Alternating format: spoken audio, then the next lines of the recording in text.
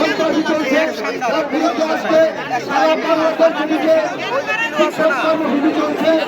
এই কর্মসূচির অংশ হিসাবে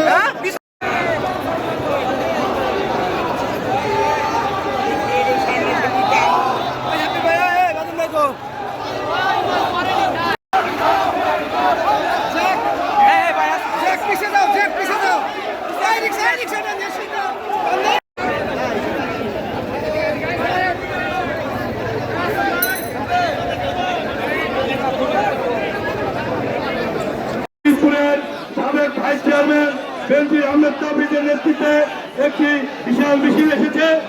শেষ করছি, বাংলাদেশ জিন্দাবাদ, মহানগর যুবদল জিন্দাবাদ, সবাইকে ধন্যবাদ।